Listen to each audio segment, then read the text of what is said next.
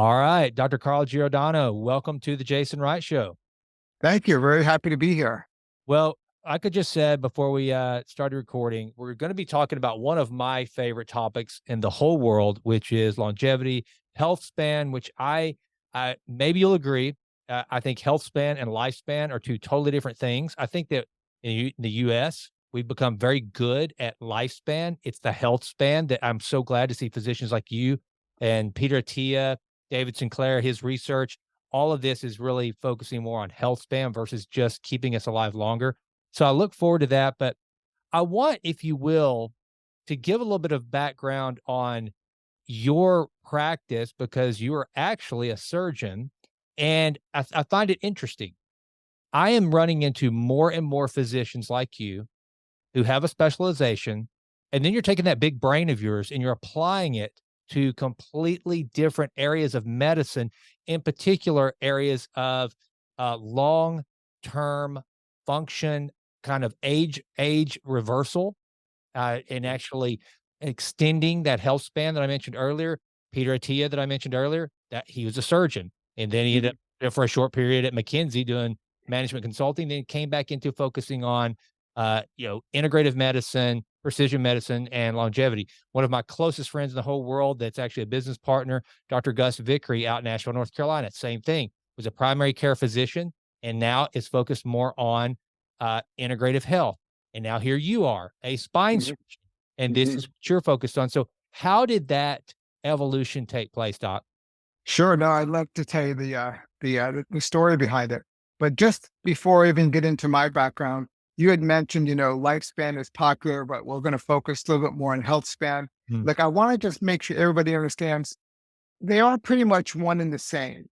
The overlap with both is tremendous, and we'll talk about why that is later on in this podcast. But look, my background is largely chemistry. I actually worked at the NIH for a short period of time. I worked at Rockefeller University in New York City doing a lot of genetic work. So I've never really left that behind. I've always kind of followed the literature um, that deals with the chemical background of health and longevity. And I think, as I went on to become a physician and a surgeon, I've always continued to read the information that comes out over the last 30 years in this topic. Now, the problem with medicine today is a lot of us are so busy dealing with patients and our own specialty that we forget some of the basic science. And most of the science that deals with health span and lifespan today is focused primarily in the PhD literature. So if you're not reading the stuff that's published in the Journal of Bioengineering or Cell Bioengineering, and you're just reading Journal of American Medical Association, you're not really staying current with this information. And as a lot of my colleagues have said, it takes years for somebody like Sinclair to do an experiment and then publish it. Takes another couple of years for somebody else to reproduce it and then publish it. Then it takes a couple of years to get into a technical textbook. Then it takes another couple of years to get into a medical textbook. So you can imagine it takes, what we learned in medical school is almost 10, 15 years behind the current information that's out there. All the stuff we're going to talk about today, all the stuff that Athea talks about, that Sinclair talks about, it is largely 15 years old. And as a physician, I find it incredibly frustrating that even some of my colleagues that are great physicians just don't understand some of the science that's out there today and how valuable it is. And I think sometimes we use words that are a little less accurate. Like we talk about how do we reverse, aging. And it sounds like science fiction. So people just zone out. I think what we want to say is how do we decelerate the aging? There's no question we can reverse aspects of aging, especially identified on, you know, uh, methylation DNA techniques in your biological age categories. But the information that we're going to talk about today, namely signal molecules and how it affects, how it's affected by the things we do, exercise or diet, um, are all kind of current science today. And I think these kind of media is where the public can hear people talk about this and get a better understanding is the only way we can get this information out into the public so that they don't have to wait years to read about it or even decades to hear about it from their physicians. I could not agree more, and I think that one of the things that is happening right now that's very encouraging to me is there are more people taking control of their health. Now, the challenge I think is I was just having this conversation with Gus Vickery yesterday, and it's trying to get those people who really they're thinking more about their car than they're thinking about their health. Yeah. It's trying to get that information to them, and it is my hope through this podcast and anyone that'll listen for people to get an understanding. And you mentioned something, actually, I saw this in one of your videos that I thought was excellent, in that this whole idea, because you're right, when you start talking about Brian Johnson, the blueprint, and what all he's got going, people see that and they go, okay, there's multimillionaire that's spending, I think I just read an article where he's paying his physician's son like $100,000 an hour to go with him. He's not living a life. Now, I'm not Yeah. knocking him. It's great. It's fun to watch him do what he's Mhm. doing. But he's trying to do something on another level that most ordinary people can't do. But one of the things you said that I don't think people think about quite a bit, because I do this. I'm constantly talking about slowing the aging process and reversing my biological age. I'm, Mhm. as a matter of fact, Gus Vickery, that I told him, I want you to keep me from turning 50 as long as possible biologically. Mhm. But one of the things that you mentioned earlier, and I saw one of your videos that I thought that everyone can kind of get their brain around is we can, in fact, accelerate our aging if we are not doing and some of the things we are doing to do that. So I think just to kind of put a twist on this, 'cause I'm constantly like when I was talking to Matt Camberline about rapamycin and we it always goes straight to okay, how do we stop or start slow or start to reverse the biological age? But let's start, Doc, from the standpoint of what are people doing, and Lord knows there's a lot of them doing it to actually advance their aging. So they're basically doing all the wrong things. And look, I like to ask myself the question with in every category, whether it's exercise, diet, or vitamins or signal molecules, how am I maintaining my cellular identity? Because aging, okay, it can be different things to different people, but in its simplest form, we age because our cells lose their identity. And when your cells can no longer function the way they should, the cell ages, you age. Imagine every other brain cell starts to look like a skin cell. Well, that's how your brain ages. When cells lose their identity, when the genes lose their correct on-off pattern, you start to age. So I ask myself the question, how am I maintaining my cellular identity through the genetic mechanisms we understand? And if I am doing all the wrong things, I am accelerating my aging. So if I am nudging these genetic pathways in the wrong direction, either with smoking or with alcohol or with a lot of radiation exposure or with bad diet or with high glucose levels or lots of free radicals in my system, I am doing everything I can to accelerate my biological age and my overall aging. So, it's just the reverse of what we want to do to slow our aging or reverse or decelerate our aging. And look, I like to just make sure the listeners understand there are basically 7 pathways that we are very familiar with today that we can all nudge. And I get it, some of these are technical, but I want to get them out there because everything going forward in this discussion is going to be how are we impacting these pathways? 3 of them are genetic, and if people follow this category, they probably are familiar with the sirtuins. Dr. Sinclair has done some fantastic work about them. Uh, so the sirtuins, AMPK, and mTOR are 3 genetic pathways. There are the telomere pathways. There are metabolic pathways where we want to maintain our metabolism and our blood sugar. There are senolytic pathways we want to get rid of the senolytic cells. And then there are the antioxidant pathways where we want a lot of antioxidants in our system to combat the free radicals that are constantly damaging our cell membranes, our DNA, and all of our cellular pathways. So everything we're going to talk about today, whether it's diet or exercise or supplemental signal molecules, is going to nudge all of those 7 pathways in our favor. And that's what we can do today to decelerate the aging process and reverse aspects of aging. Okay, and one of the things that was, I guess, as I really, gosh, what's the old saying? The further you get from the shore, the deeper the water. And the more I learn, the less I realize I know Mm, at all. And it was about 2 years ago that, at first, by reading Joel Green's book, The Immunity Code. That's where I first started to wake up to this idea of focusing on my health at the cellular level. mhm, I never, truly understanding what the mhm. mitochondria are, what the role is of that little powerhouse, and how to keep Yeah. mitochondria healthy through some of these signaling molecules you're talking about. And So, here's the path that I think it makes sense for us to travel, because I do want to talk about uh Rebisana. Did I pronounce that right? mhm. You did. Okay. Okay. I do want to get to Rebisana, the product that you formulated. Is that the Mhm. correct I guess that's the Yeah. correct. Okay. Yeah. And so I do want this path to lead us there. So Okay.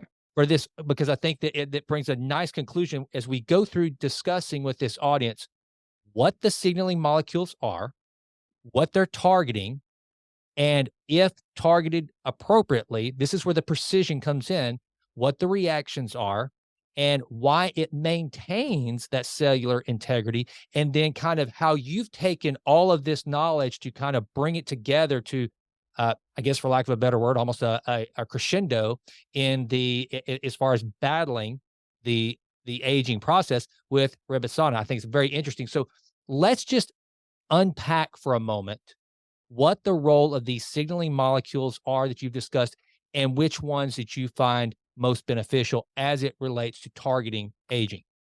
Sure. So basically, and this is not my own scientific research. This is all based upon hundreds of publications. Some of these publications go back 30, 40 years. This is why I always found it frustrating, because some of this information is not that current yet. Somehow it doesn't get disseminated to the public.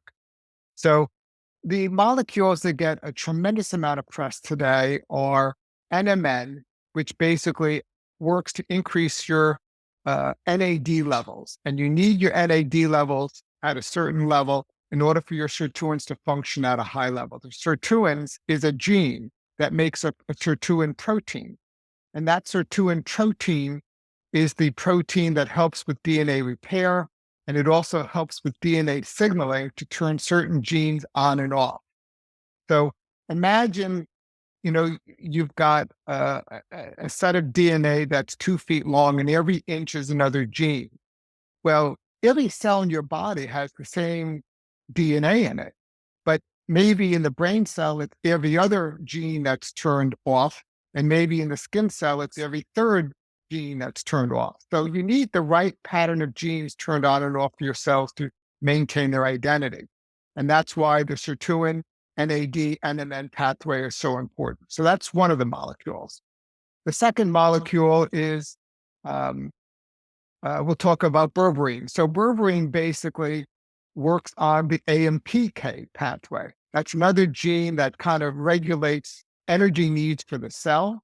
So you've got a section of DNA that makes an AMPK protein, and then that protein is the signaling molecule to help maintain the right energy needs for the cells. Berberine raises your AMPK levels so that your cells can maintain the energy needs that it requires. Now, berberine also does other things. Berberine also raises your sirtuin activity level. It also downregulates a third gene called mTOR. mTOR is the gene that we want to downregulate, because when we downregulate it, we are stimulating our cells to recycle misfolded proteins that are circulating in the cell. And if you don't recycle them, they continue to circulate in the cell and create almost clutter or traffic. And as the cell gets jammed up with all this excess floating protein, it loses its efficiency and it loses its identity. So berberine has a lot of good functions. Berberine also helps to maintain your blood glucose levels. You hear a lot about berberine because it's in products like Golo, but you need a certain concentration of all of these. You need a certain dosage. And the berberine that I have in Rebisana is 1,000 milligrams. Um, Berberine also acts as an antioxidant.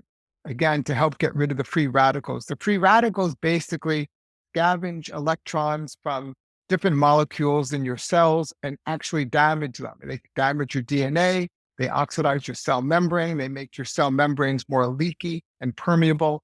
So we want to hit on every one of these categories.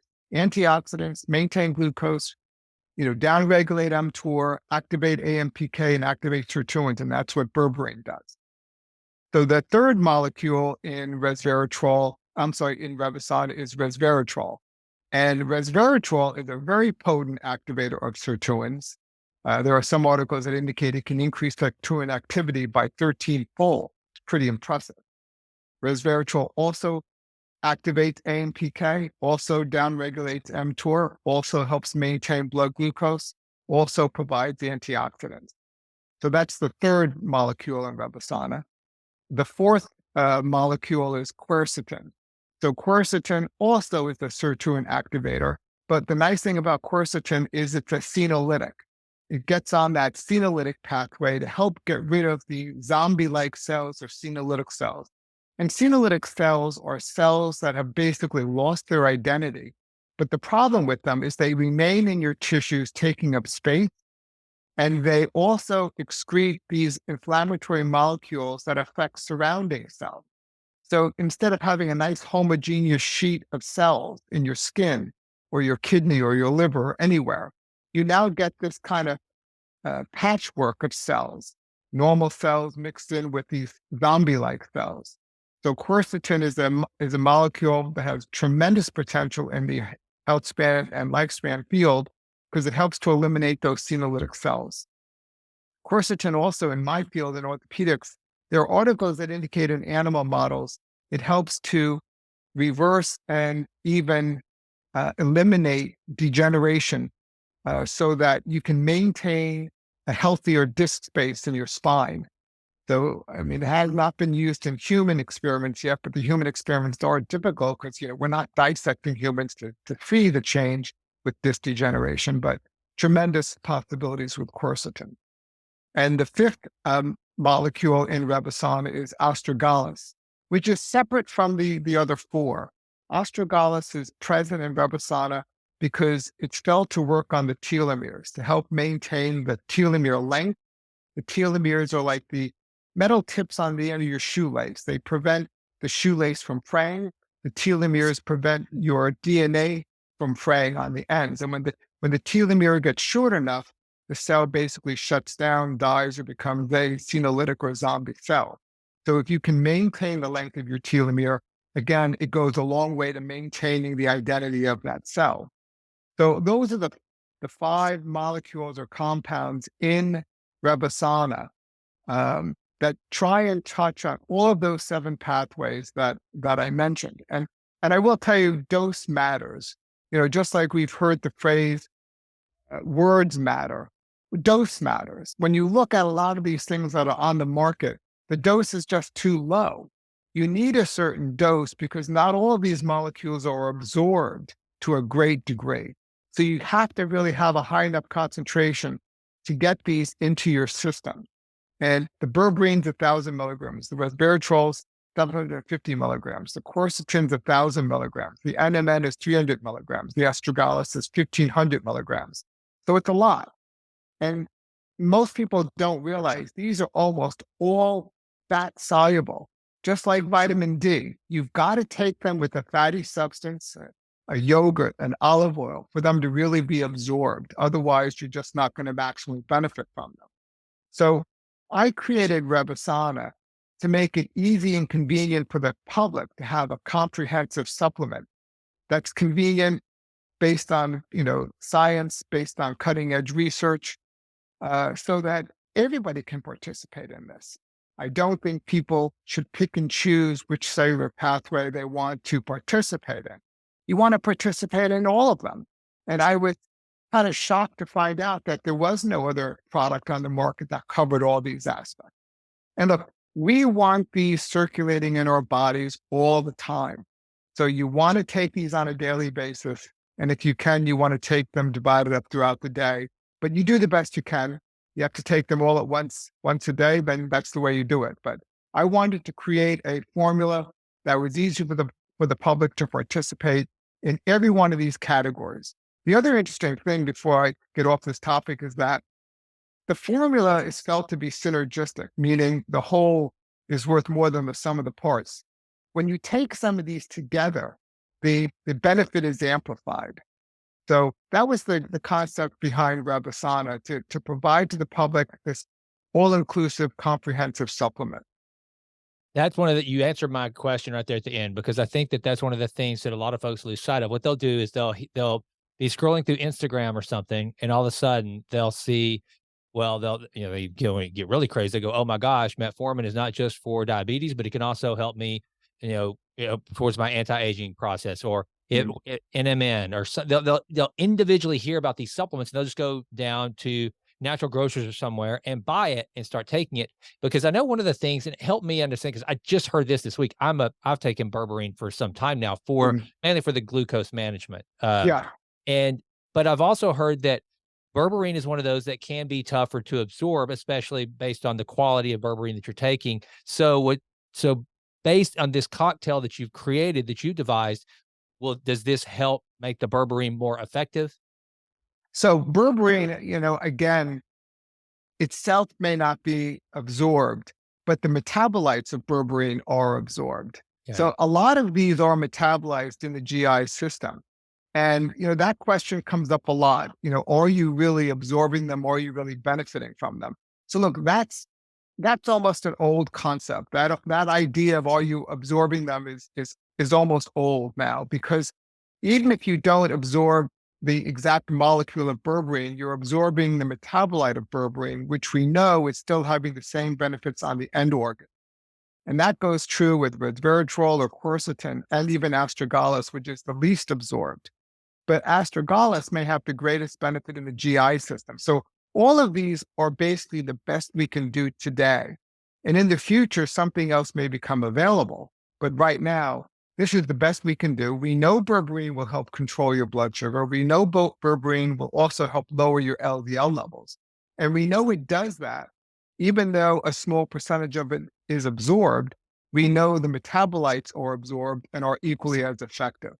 So, yeah, I mean, that's why the doses are large. Like I actually did an article for a magazine, and when I was reading the article when it got published, I saw some of the advertisements in the margins for berberine, and the dose was 200 milligrams. And I'm thinking to myself, okay, well, my article really didn't get into the dosage because the editor changed certain aspects of it. But the dose is just way too low. You're not going to benefit to the degree that we want to in the discussion that we're having with the dose of 200 milligrams. So that's why I try to, put this together with doses that are meaningful to everybody. So now that we know kind of, now this is supplementation that is targeted to those signaling molecules that are targeted to cellular integrity and overall health. If I were to come to you and say, "Doc, here's the deal. I'm, well, 48 years old, and I do not, like I've told my buddy Gus, I do not want to cross that 50-year-old barrier." And now I'm a pretty healthy guy, but let's assume that I'm not in that good of health. And I just think, "You know what, Doc? I know I'm too old to really do anything. I just want to kind of get a little better." What do you say to that person that says, "I'm too old. I've waited too long. I've done too much damage for too long." What do you say to that patient when they come to see Yeah. you? Look, excellent question. And the science is at any age you can benefit. At any age, you can start to see biological age reversal. So it's never too late. I keep hammering to my patients, even though I'm seeing them for orthopedic spine issues. When I get the chance to talk to them about this topic, I let them know that at any age you can start and every day makes a difference. So look, some of the things that we do when we're growing up in our 30s and 40s and even younger may be a one-way street. But a lot of this stuff is reversible. And people, look, if you've done irreversible harm, there's nothing you can do. But that doesn't mean you still can't benefit from these categories. Um, and and that's the take-home message. Every day makes a difference. And at any age, you can benefit from this science.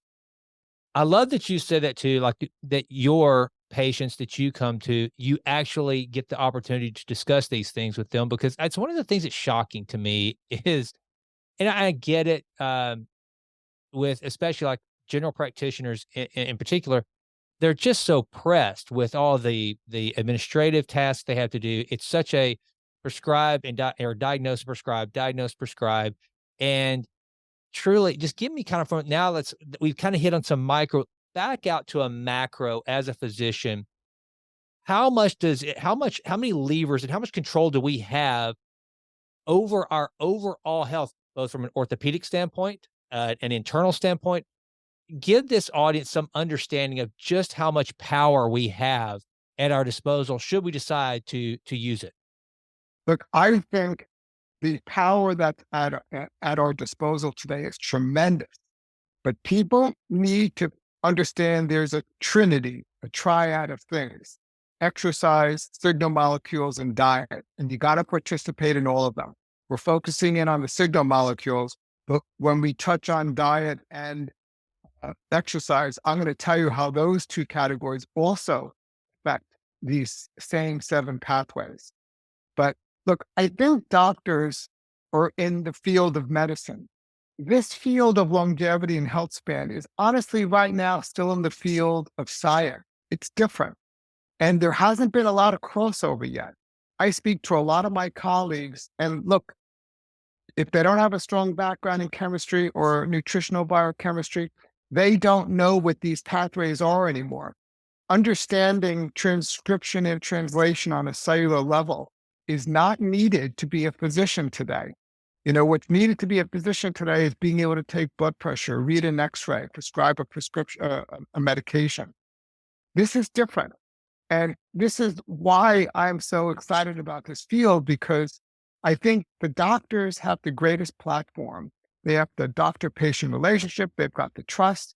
We've got to take this field by the horns right now and wrestle it to the ground, because we can make the greatest impact with the public. The public will listen to us, but it's not easy.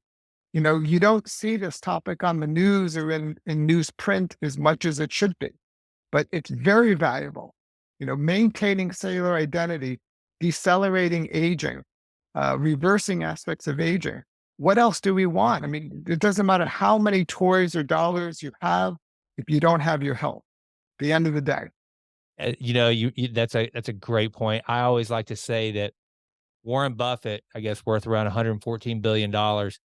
I guarantee you, if you're a 25-year-old and you don't have a penny to your name, Warren Buffett would trade you his billions for your age any day of the week and twice on Sunday. I mean, Mhm. and the older I get and the more I appreciate that, the more I and that's what I always tell young people, that whether it's financial management or health management, I Mhm. always tell them, if you have youth, you're already wealthy. Yeah, You've got a wealth that cannot be accumulated. It's you've got to take care of it. You got to really steward it. One of the things that okay, so we've gotten to the molecular, the ceiling molecules. Let's go to one of my favorite things to talk about is the physical side of it, the yeah, training, and kind of, and feel free to give me, your protocol that you yeah. I want to know, and what you would tell just the average person out there who. Let's take it that person that hears this, and because a lot of people that call me and contact me, it's really fun. They'll say, "Hey, I was listening to." They'll say it. I was listening to you and Dr. Carl talk, and now I'm going to start exercising. Mhm. What should that person start to do? Okay. And look, this is again not random. This is again extremely well studied. So look, when people talk about exercise, they've got to talk about four specific categories: strength training, aerobic conditioning, balance function, and stretching. You don't pick and choose which category you want to do. Like, I was talking to somebody recently who told me he does a lot of hiking. Well, that's great, but that's not hitting on all four of these categories. If you want to be the best you can be, you want to hit on all four of these categories. So, look, before we even get into these four categories, just in general, exercise, what does it do on a cellular molecular level? Well, exercise has found to have a lot of genetic benefits. It maintains your telomere length. It promotes DNA repair. It produces antioxidants to fight against oxidative stress. It reduces inflammation. It improves your immune function. It improves your metabolic health. And it actually promotes mitochondrial biogenesis, where you make more mitochondria in your cells. So there is a genetic explanation why exercise is good on a molecular genetic level. You are, again, nudging those 7 pathways in our favor when you exercise. But just so people know that these 4 categories are important, with regards to strength, we know over age 30, you lose 3 to 8% of muscle mass per decade. Over age 60, you lose like 1 to 2% per year. Over age 50, you lose muscle strength by about 1 to 2% per year. So if you don't exercise, you are just going to constantly deteriorate. You need to maintain your strength as you get older. If you want to run, you need to have a VO2 max of at least 50. If you want to jog, you have to have a VO2 max of 35. If you want to walk upstairs as you get older, you have to have a VO2 max of at least 20. And we know our VO2 max declines as we get older as well. So if you want to be at a certain level at a certain point in your life, you can backtrack and see where you have to be now. Balance is obviously incredibly important. For the listeners that follow a lot of the golfers out on TV, they've got lots of videos that show their workout routine. They're almost always combining strength training with balance, doing one-legged squats on a bobble board. They're reproducing their sway, standing on one leg. Balance and proprioception are incredibly important. Stretching, the yoga, you got to do it. You got to get on the floor, and you've got to be able to get into all the poses. Some of the joints, the nutrients get into your cartilage by you milking the nutrients into the cartilage. If you're not going through that full range of motion, you're not keeping the cartilage in your joints at an optimum. So all 4 of those categories are important. You can't pick and choose them. Now, you've probably heard the phrase, exercise is a form of adversity, and adversity, as long as it doesn't hurt you, or hurt your body, will ultimately make you stronger. So exercise falls into that category. And medically, the medical toxicology term is hormesis. What doesn't hurt you probably makes you stronger in the long run. So that's where all of this cold, hot sauna, ice plunge type stuff comes into play. It stresses the cells, and it stimulates these longevity pathways in the cells. And that's basically what exercise does. It's not just about exercising for the purpose of exercising. You are maintaining cellular identity by exercising and by hitting all 4 of those categories. So exercising is key, and there's a cellular genetic explanation as to why it's valuable, not just urban myth. One of the things too, going back to the question of is it too late or not, I was listening to, I don't remember where I heard this, but it was some research that was done, I think, on cross country skiers, and there's always been this kind of assumption, or based on some, I guess maybe it was research back, you would know better than me, where about age maybe 50, then our VO2 max really starts to take a dive. And it was just kind of this accepted thing that you can never do that. But then they started studying these cross country skiers that were like over 80, and they were able to pull their VO2 max up into the 30s, which Yeah. maybe for, I'm still, fortunately, I'm, at 48 and I'm very active. I keep mine around that 50 mark. But I'm thinking, wow, if I'm like in my 70s or 80s and I can have a VO2 max of 30, I can still walk up hills, I can still travel. And it's remarkable just how much we can do as long as we continue on the path, right? Yeah. And the VO2 max is a good physiologic measurement of how healthy you are too, because it really does take into account a lot of different things. But yeah, you can work on your VO2 max at any age and try and improve upon it. I play a lot of squash. I'm addicted to the game. And, you know, I it takes a lot for me to lose my breath jogging on a treadmill. Like I find it boring. I don't like it. So people have to find what they like. Right. Because otherwise you just tend to abandon it. But you can't you can't abandon worrying about your VO2 max, just like you can't abandon the balance exercises or the stretching or the strength training. You got to hit on all of them, and they all are important. And like people will say to me sometimes, my grandmother lived to be 97, she's got good genes. I don't think I have much to worry about. What people don't realize is probably who they are is 20% of the genes they got from their parents. 80% of who they are is how they influence their genes throughout their life. Their parents lived in a different era, less pollutants, less, O2, UV radiation penetrating the ozone layer, less microplastics. So people have to realize that that's old fashioned to say something like that. I kind of refer to that as the optimism bias. They just are optimistically thinking, I got nothing to worry about. It won't happen to me. And then all of a sudden it happens to them. Um, People need to realize that, there's no silver bullet out there. There's no big bang theory out there for maintaining health and longevity. It's all about this incremental, step by step process throughout life. And look, we're trying to break down health into this individual component of cellular health and let all of these incremental changes, whether it's exercise, diet, or signal molecules, incrementally promote a long and healthy life. And that's the goal here.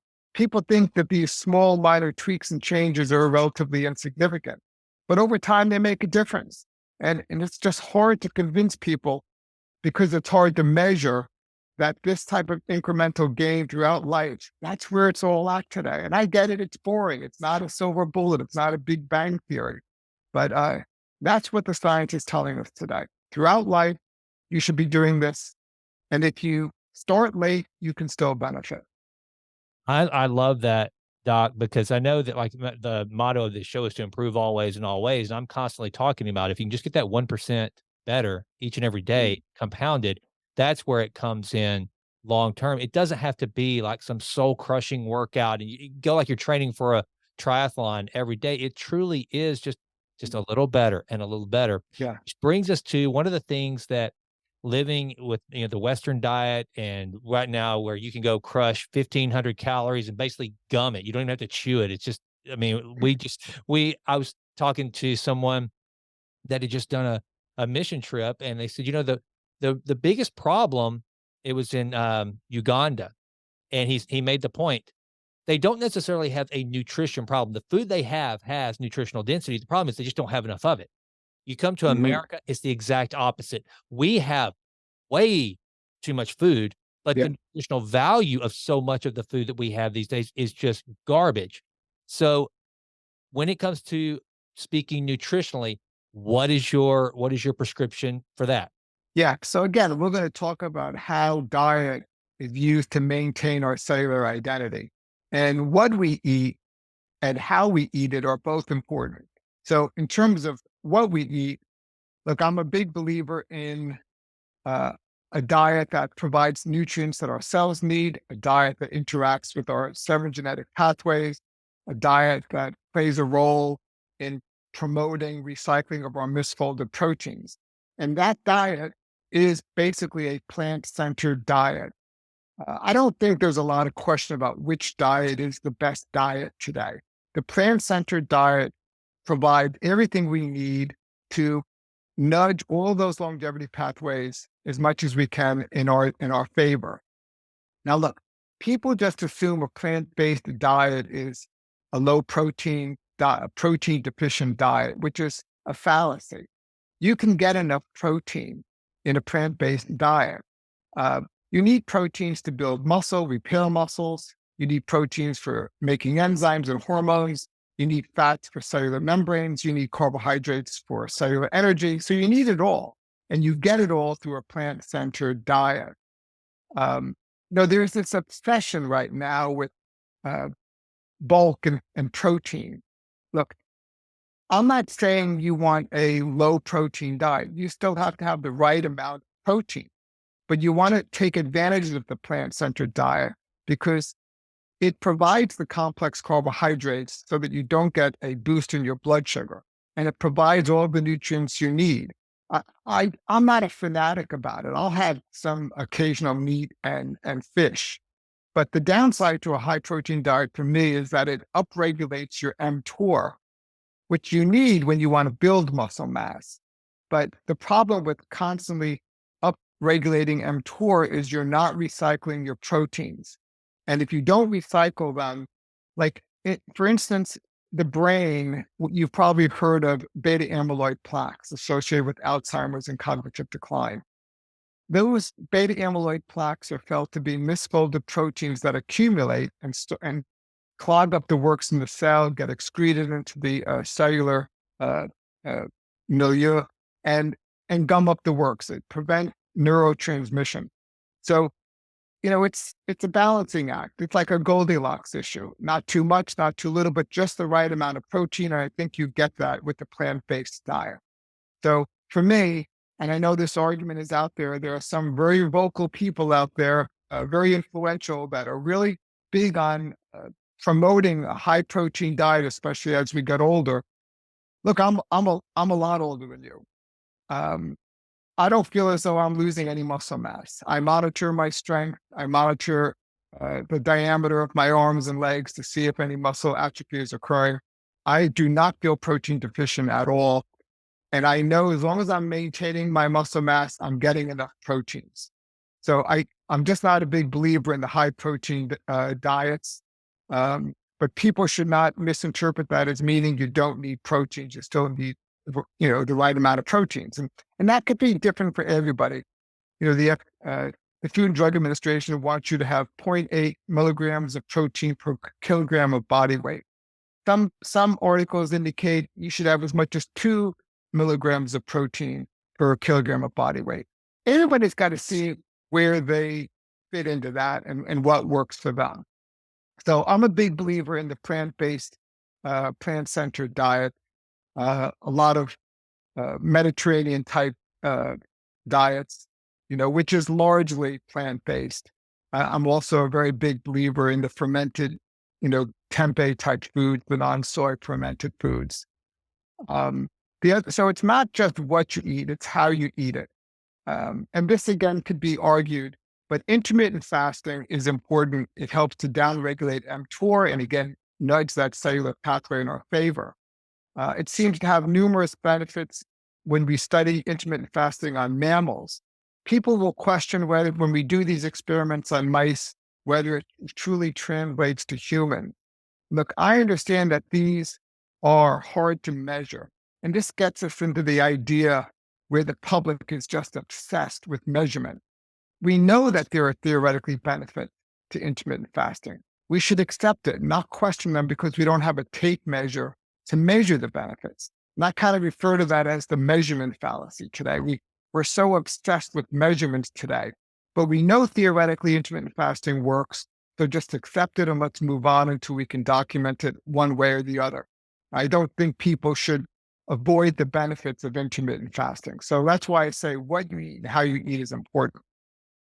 Okay, so the people whose hair caught on fire when you started talking about protein, you kinda calmed them down a little bit whenever you were favorable towards intermittent fasting. I already, because Mm. that it's gotten to the point, Doc, where whenever you're talking about nutrition, people, their hair catches on fire depending on which you're in, especially the the the the 2 milligrams of protein versus the point 0.8, they're like, Mm. "Alright," but, one of the things that I wanted to ask you with regard to a plant-based diet in particular, do you recommend more essential amino acid supplementation to account for some of the less protein that you're going to take in, or should you not worry about that, or do you want to get it all from the plant-based the sources that you have? So when I have non-soy tempeh, I typically have it with a grain or a rice so that it becomes a complete protein. When I have quinoa, I have a complete protein. When I have, all my vegetables and salads and greens and nuts, I am not I am not amino acid deficient. You basically can get all your amino acids through the nuts, the seeds, the plants, the grains. To think that you can't is just wrong. And, I think some people just are such proponents and they are speaking so loudly about the fact that you have to have meats and steaks and hamburgers and chicken, and you don't. And I rarely eat them anymore. And I am not protein deficient. I am not branched chain amino acid deficient. I am not atrophying. I'm not developing sarcopenia or muscle atrophy. Um, and I don't like, if you look at like Tom Brady, for instance, he now, talks about the Tom Brady diet. It's 80% plant-based, 20%, meats and fish. Arnold Schwarzenegger, from a proponent now of a plant-based diet, even Schwarzenegger will say, I can get the overwhelming majority of protein that I need through a plant-based diet. The big advantage of the plant-based diet is you'll get a lot of complex carbohydrates versus the simple carbohydrates. And those complex carbohydrates help to keep you full so you don't eat as much. They help to monitor and maintain your blood sugar so your blood sugar doesn't spike. A lot of the meats have a lot of the omega-6 fatty acids in them. So you're getting your omega-6 to omega-3 fatty acid ratio out of whack. And, your fatty acids are making up the cell membranes of every cell in your body. We are changing the permeability of every cell in our body. It used to be our omega-6 to omega-3 fatty acid ratio was anywhere from 4 to 1, 1 to 1, or 1 to 4. Now, some articles say it's as high as 15 or 20 to 1. We are changing the cellular makeup of every cell in our body. And most of the fats in meats, for instance, are the omega-6 fatty acids. So I want to do everything I can to decrease the omega-6 fatty acids in my diet. And taking omega-3 fatty acids does not offset that. I will tell you, I know people talk about taking omega-3 fatty acids, to help as a blood thinner and to help for cardiovascular health. Very few people are omega-3 deficient. The signs of omega-3 deficiency are skin issues, skin rashes. I mean, if study what omega-3 fatty acid deficiency looks like, I would venture to say it's an extremely small percentage of the population that need to worry about that. Just like probably very few people need to worry about certain vitamin deficiencies like zinc and magnesium. You know, you want to take them, but don't put them on the same level as these three categories that we're talking about. We probably are all in need of a vitamin D replacement or supplement. We probably intermittently need to take B12 if we're plant-based. But you get all the minerals you need essentially through a plant-based diet. Is it fair to say as well that if my mitochondria are more efficient, then Mhm. I don't require the number of calories, I guess, to feel satiated? I mean, if I'm burning my calories as efficiently as possible, because I got to think someone like you. How old are you, doc? If you don't mind me asking. So I'm 62. Oh, you look amazing. Yeah. And so, no, I mean it. So somebody like you play squash all the time. You're very healthy. You're not losing lean body mass. You're on a plant-based diet. So you're expending a lot of calories. Yeah. But what is your caloric intake? And again, am I correct in thinking that since you're kind of in a holistic way, nutrition, exercise, all of it, keeping that mitochondria healthy, you're going to actually burn your calories more efficiently. So therefore, that's going to be an added benefit as well. Am I thinking about that properly? Yeah. Yeah. And look, I think people need to understand when you eat something like a bagel, the carbohydrates from that bagel are converted to glycogen. 75% of that goes into your muscle, 25% of that gets stored in your liver. After the first 1,600 calories of what you eat, everything else pretty much is stored as triglycerides. So when you feel your love handles around your waist, those are fat cells, adipose cells filled with triglycerides. That's the way your body stores energy that it doesn't need when you eat. So the excess triglycerides, some of them may continue to circulate in the blood, but most of them are stored in your adipose cells as triglycerides. We don't want that visceral fat because that visceral fat, like around your belly button area, is also associated with harmful inflammation. But, just to give your listeners an idea, every pound of body weight is considered about equivalent to 3,500 calories. So if you consistently consume in excess of 3,500 calories beyond your body's energy, you're potentially resulting in a pound of body fat storage. So what you eat, you're basically burning with your activities of daily living and your exercise throughout the day. And that's kind of what we want. We don't want to be storing a lot of this. Your body has a lot of glycogen storage in the muscles, a lot of glycogen storage in the liver. And if you run low on energy needs, your body is incredibly efficient at breaking down the glycogen. And, and if it has to, it can also break down the triglycerides and convert that to energy that the cells need. All right. So one of the questions I love to ask anyone like you is kind of your daily routine. What I mean, you're busy, you're a physician, so you've Yeah. already got a rest schedule, but you're also Yeah. keeping yourself in incredible shape physically. What does your day look like? So my day, like and this goes back to residency. The day was always so busy. I don't think I'm not a breakfast eater. And Right. this goes back to getting up early in the morning to make rounds in the hospital and things like that. So I very rarely eat breakfast, and my body is used to that. And look, I wasn't eating breakfast before I understood the value of this intermittent fasting category where you eat basically once a day. I'm also not much of a lunch eater. I usually don't take time during the day to eat lunch.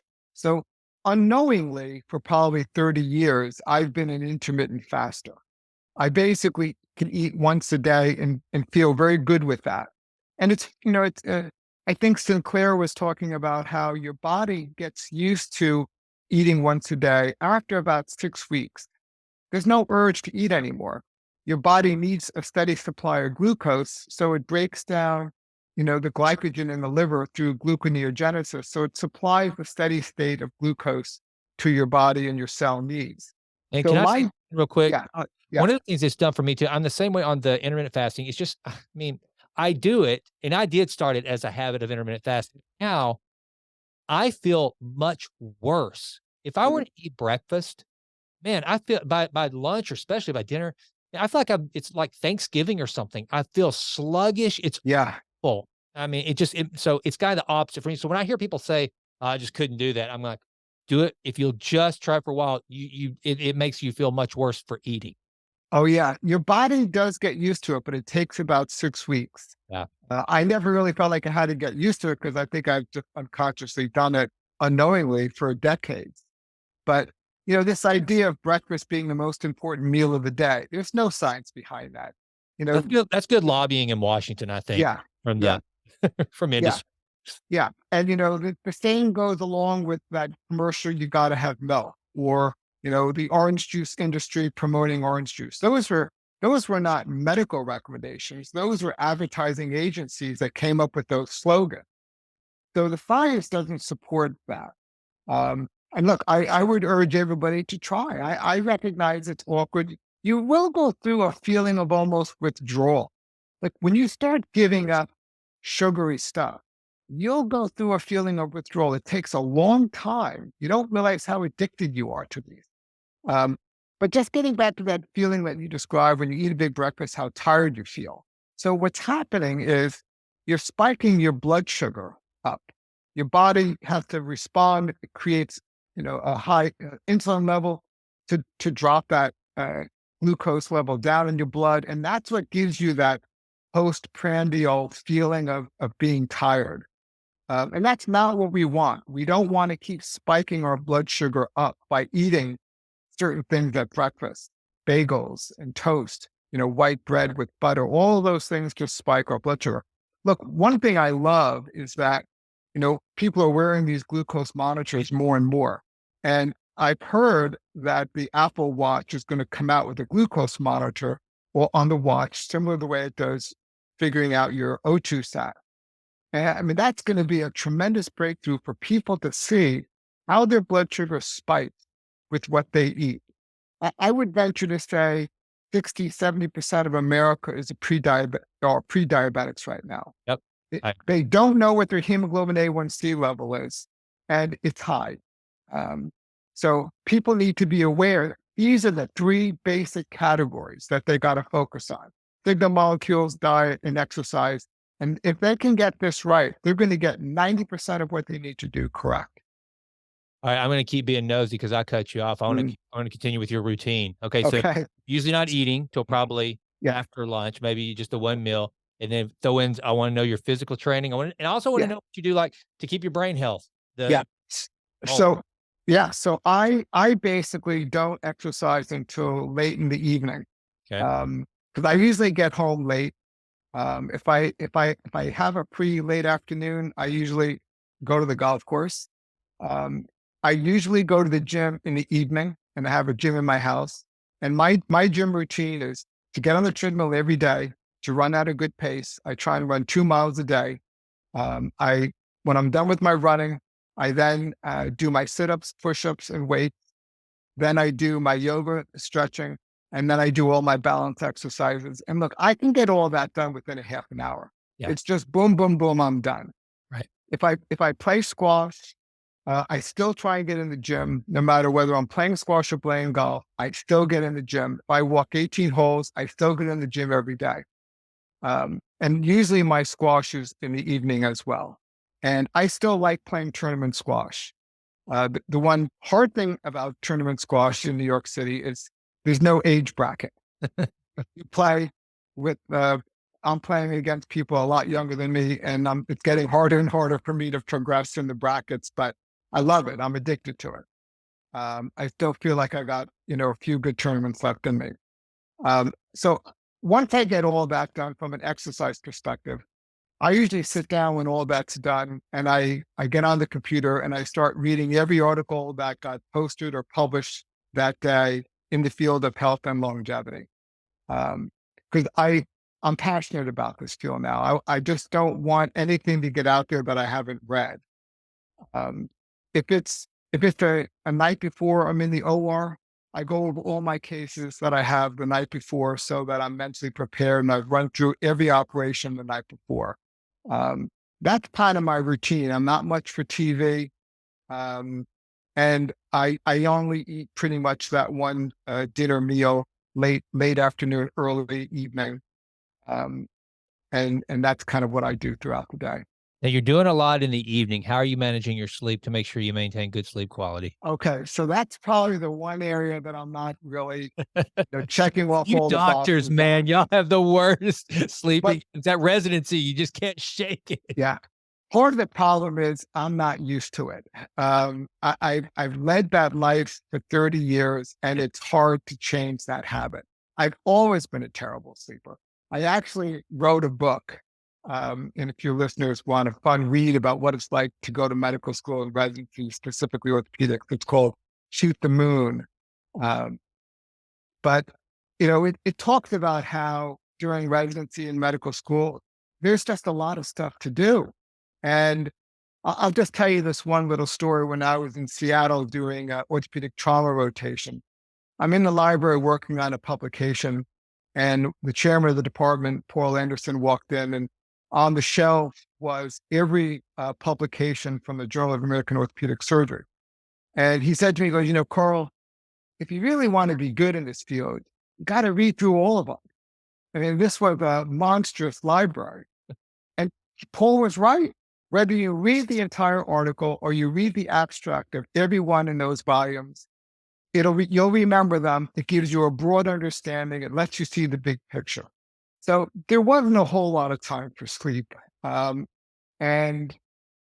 that's the one box I do not check off. It's a tough one, and, I'm the same way. I average about 6.5 hours, and something happened. I did get poison ivy here recently, a horrible case of poison ivy, so I had to take some steroids, and I'm thinking that might be what the deal is, but as far as right now, my deep sleep, because I wear an Aura ring, and I hope Hmm. right. So which by the way, my youngest daughter, who she and her sister, who I told you, their grandfather grew up in Morristown. Actually, Hmm. my youngest, she's a type 1 diabetic. She just moved well, she's working in Manhattan and she lives in Jersey City. So I've got all kinds of connections up there with you, Doc. So maybe we'll be able to connect. We go to New York all the time. I'd love to shake your hand Oh, in person, but I'm telling you, man, I always I like to think I was in tune with my health, uh, all for a pretty long time, but she was diagnosed with type 1 diabetes whenever she was 17, Mm. 16. And so I guess that was 6 years ago now. This February it was 6 years ago. And, um, and man, you learn what you how vital insulin is and Yeah. managing that blood sugar.